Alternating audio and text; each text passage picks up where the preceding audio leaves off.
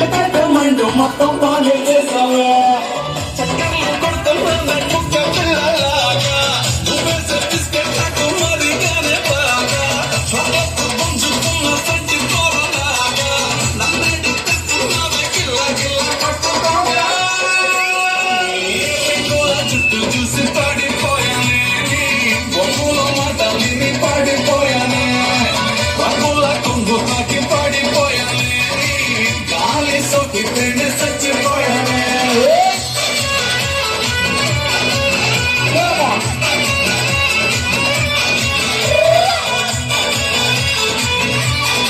రాజు